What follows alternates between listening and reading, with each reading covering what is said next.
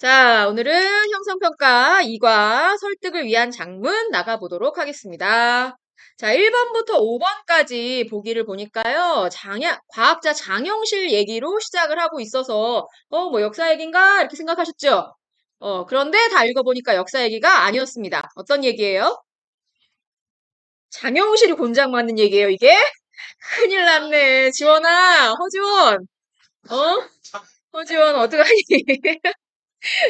자, 이 글은 실패를 허락하는 사회가 되어야 한다라는 자기의 주장을 쓴 글이었습니다. 주장하는 글.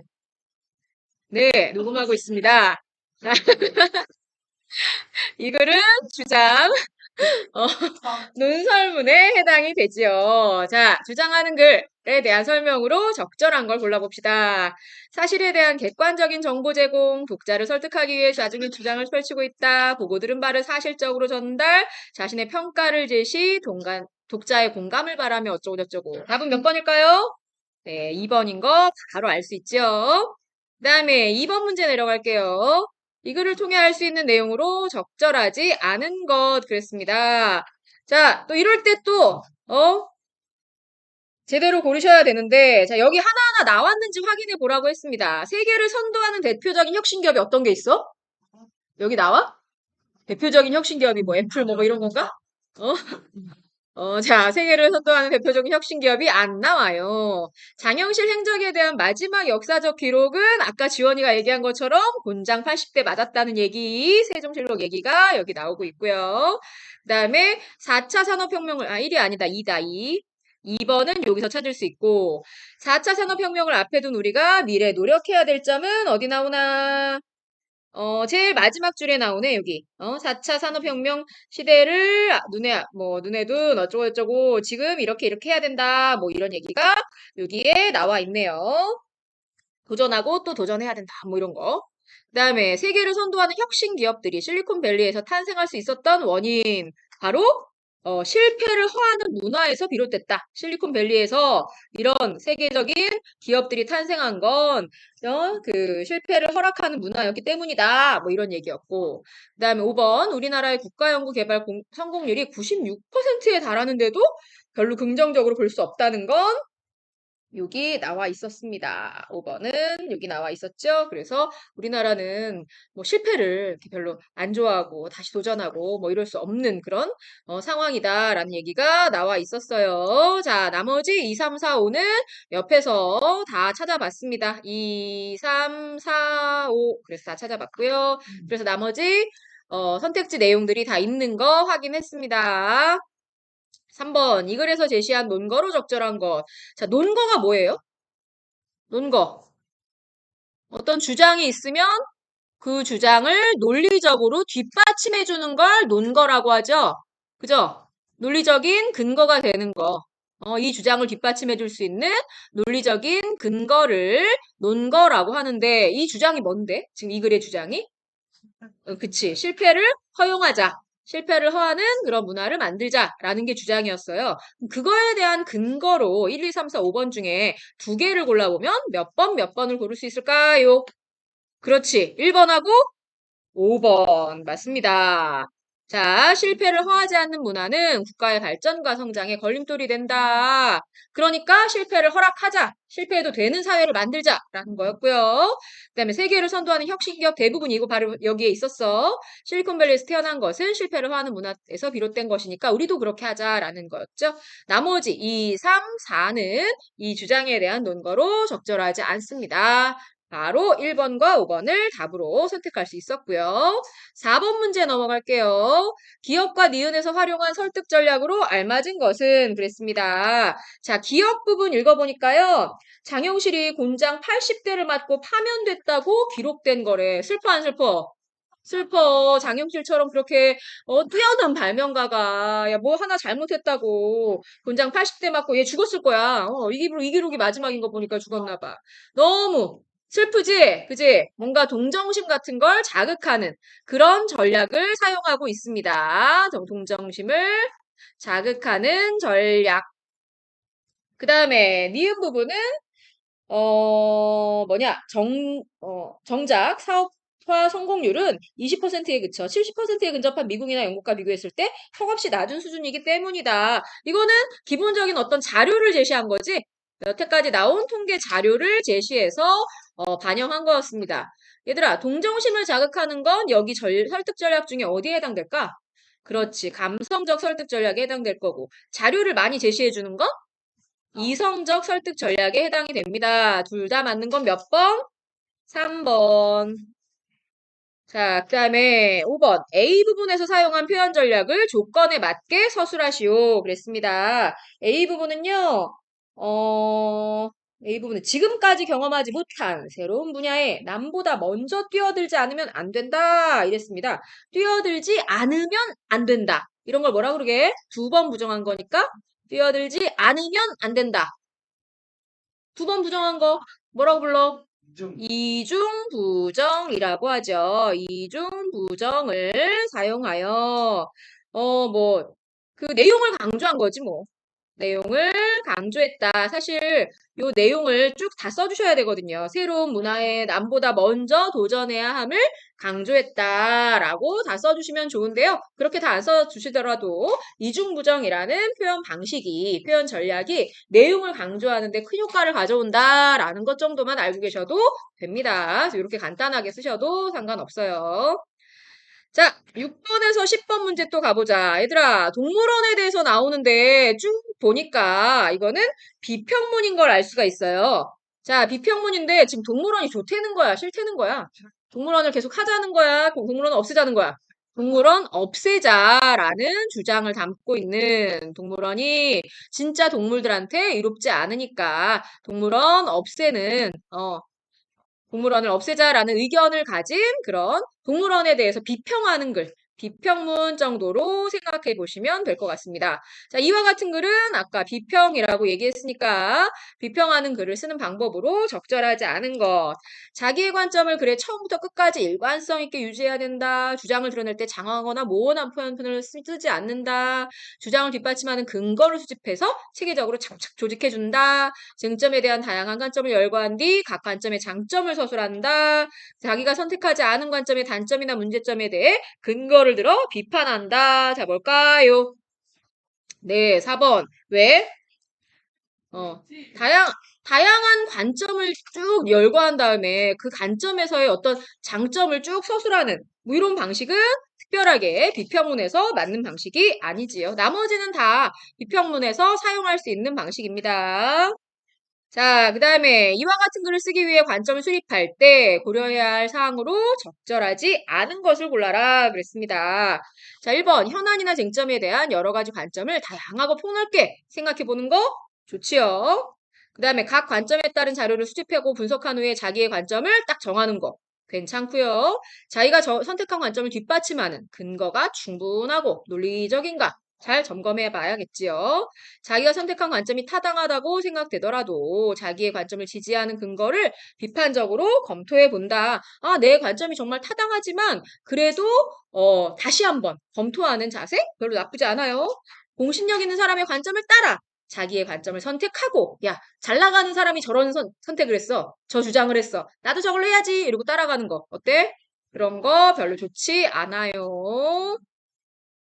자, 다음 장 넘어가자. 자, 8번 문제입니다. 글쓴이의 주장을 뒷받침하는 근거로 추가하기에 적절한 것. 아까 얘기했지만 글쓴이는 동물원에 반대하는 그런 내용이었어요. 동물원을 통해 국내에서는 볼 수 없는 다양한 동물들을 접할 수 있다. 이거 동물원의 찬성이야, 반대야? 찬성. 그치?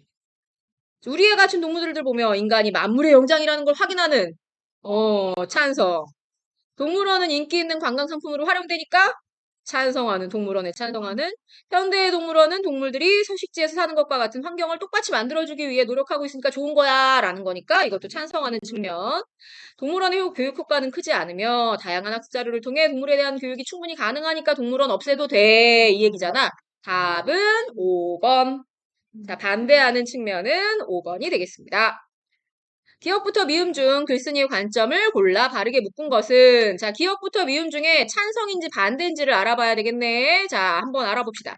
사람에게만 마음이 있고 동물은 감정과 생각이 없어. 그러니까 동물들은 가둬놔도 돼. 동물원이 있으면 된다라는 거. 동물원에 대해서 뭐라 그래야 돼? 동물원 찬성하는 분위기고요. 기억은 찬성. 니은 동물도 사람과 같이 불행과 고통을 느껴. 요게 반대하는 내용이니까 글쓴이의 측면이 되겠죠. 그 다음에 디귿은 어디에 있나? 동물원에 수많은 동물들이 고통 속에 살아가고 있어. 그러니까 동물원에 반대할 거야 라는 얘기였고요. 그 다음에 동물원이 서식지를 잃은 동물을 보호하잖아. 좋잖아. 동물원에 찬성이야. 이거는 찬성하는 측면이니까 이 사람 의견이 아니고. 동물원은 기본적으로 인간을 위한 장소다. 동물을 위한 장소가 아니다. 그러니까 동물원은 없애야 돼. 라는 내용이니까 이것도 이 사람 주장에 대한 거죠. 그러니까 니은, 디귿, 미음 부분이 바로 반대 부분이 되겠습니다. 다시 돌아가면 답은 몇 번? 5번. 10번. 이 글에 제시된 글쓴이의 주장을 조건에 맞게 서술하시오. 글쓴이는 동물원에 대해 반대하고 있다. 이렇게 그냥 쓰면 굉장히 간단하고 좋네. 그죠? 동물원에 대해 없애야 한다고 주장하고 있다.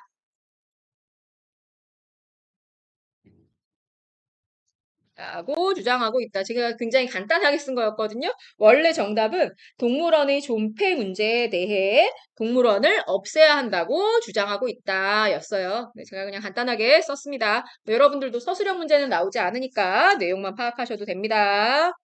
자, 11에서 15번은 우리가 수행평가에 봤던 것처럼 교장 선생님께 건의하는 글이었습니다.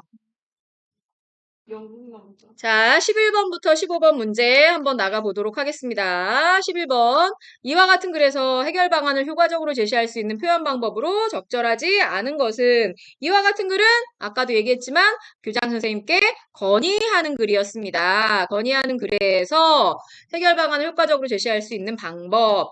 해결 방안과 함께 기도 효과 제시하면 좋겠지.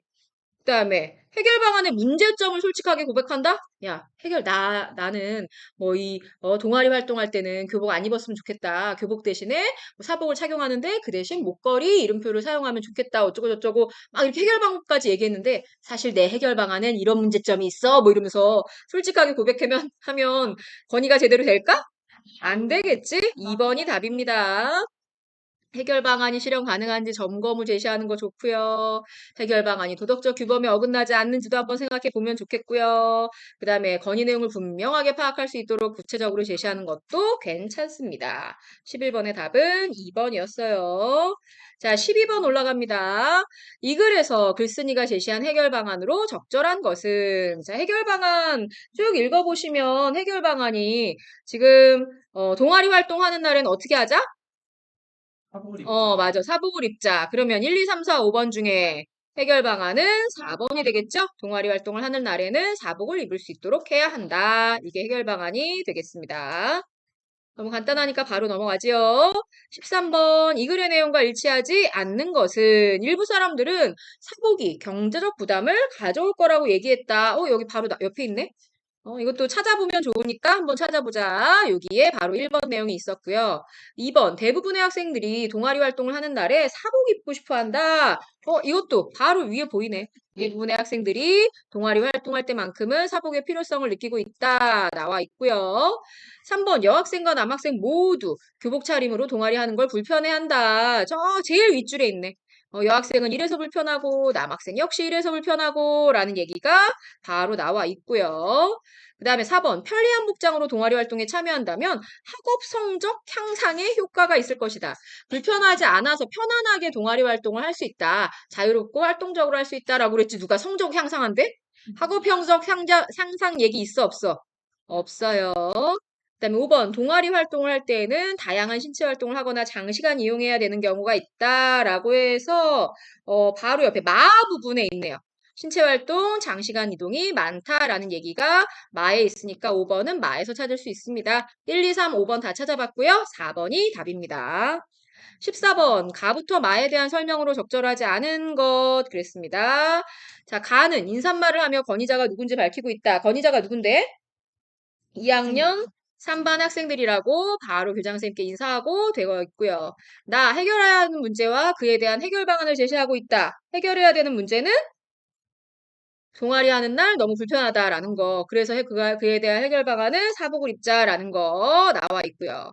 다 설문조사 결과를 근거로 문제의 심각성을 알리고 있다. 설문조사 결과 있어? 있죠. 설문조사를 한 결과 뭐 이러이러하다라는 얘기 있어요.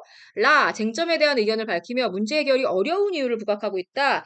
부분에 문제 해결이 어려운 이유가 나왔다기보다는 해결 방안이 사복을 입는 건데 선생님들이 걱정을 하시니까 실현 가능하려면 학생증을 목에 건다든지 뭐 이런 실현 가능한 그런 방법을 더 얘기해주고 있는 거지 문제 해결이 어려운 이유가 왜냐하면 이런 것 때문에 문제 해결이 어렵다라는 얘기는 나오지 않고 있지요.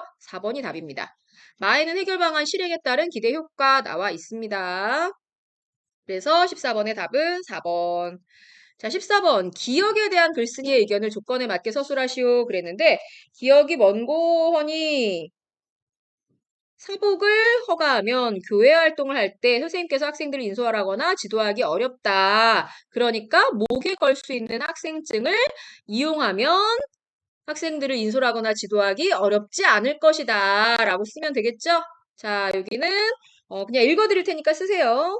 목에 걸 수 있는 학생증 등을 이용하면 교회 활동을 할 때에도 선생님께서 학생들을 인솔하거나 지도하기 어렵지 않을 수 있다. 아니면 잘 지도할 수 있다. 뭐 이런 식으로 써놓으시면 될 것 같습니다. 그래서 2과 여기까지 하도록 하겠습니다.